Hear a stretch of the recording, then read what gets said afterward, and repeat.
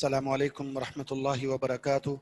الحمد للہ رب العالمین والعاقبۃ للمتقین والصلاة والسلام علی اشرف الانبیاء والمرسلین. اما بعد.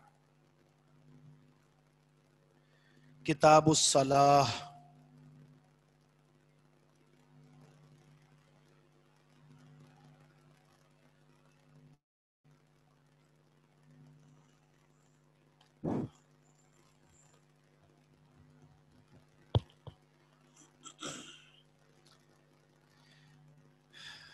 آواز نہیں آ رہی میری؟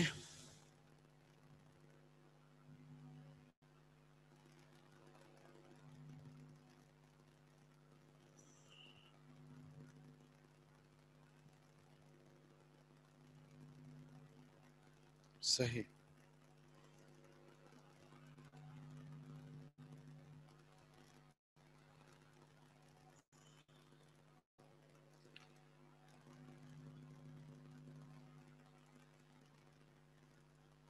چلیں اب شروع کرتے ہیں ہم کتاب الصلاۃ. کتاب الطہارہ مکمل ہوا جس کی کل احادیث کی تعداد 43 تھی، اور اس حوالے سے آپ کو آگاہ کر دیا گیا کہ آپ نے اس کی تیاری کرنی ہے، اس کو یاد کرنا ہے، یعنی مسائل کو یاد کرنا ہے. انشاءاللہ العزیز آپ سے اس کا ٹیسٹ ہم لیں گے. اب کتاب الصلاۃ کا آغاز کرتے ہیں. باقاعدہ الصلاۃ اس کا معنی ہے، ویسے تو اس کا جو لغوی معنی ہے وہ ہے دعا. صلاۃ کا عربی لغت میں جو معنی ہے وہ ہے دعا.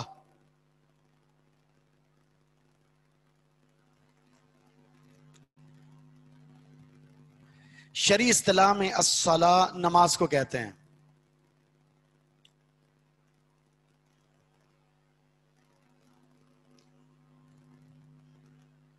شریعت میں الصلاۃ نماز کو کہتے ہیں. نماز کی فرضیت کا حکم کب آیا؟ آپ میں سے کون بتائے گا نماز کب فرض ہوئی؟ یعنی یہ دو طرح سے سوال ہے. پہلا سوال یہ ہے مکہ میں فرض ہوئی یا مدینہ میں ہوئی، ایک سوال. دوسرا سوال نبی علیہ السلام کی نبوت کے کون سے سال ہوئی ہے؟ یہ دو سوال ہیں تو ان کے جواب چاہیے.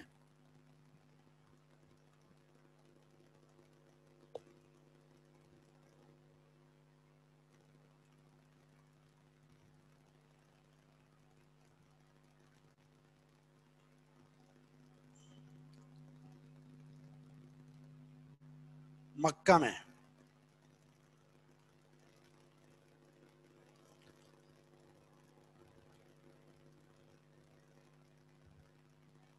ٹھیک ہے، مکہ، کیونکہ ظاہر ہے یہ نماز معراج کے موقع پر فرض ہوئی تھی اور معراج مکہ میں ہوئی ہے، مکی زندگی میں.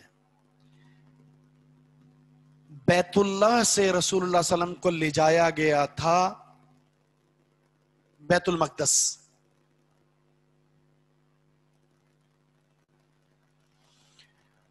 تو اب یہ نبوت کا کوئی 11واں سال تھا یا 12واں سال تھا؟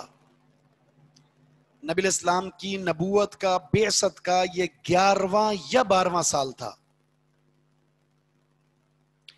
یوں کہہ سکتے ہیں ہجرت سے سال یا 1.5 سال پہلے نماز فرض ہوئی ہے.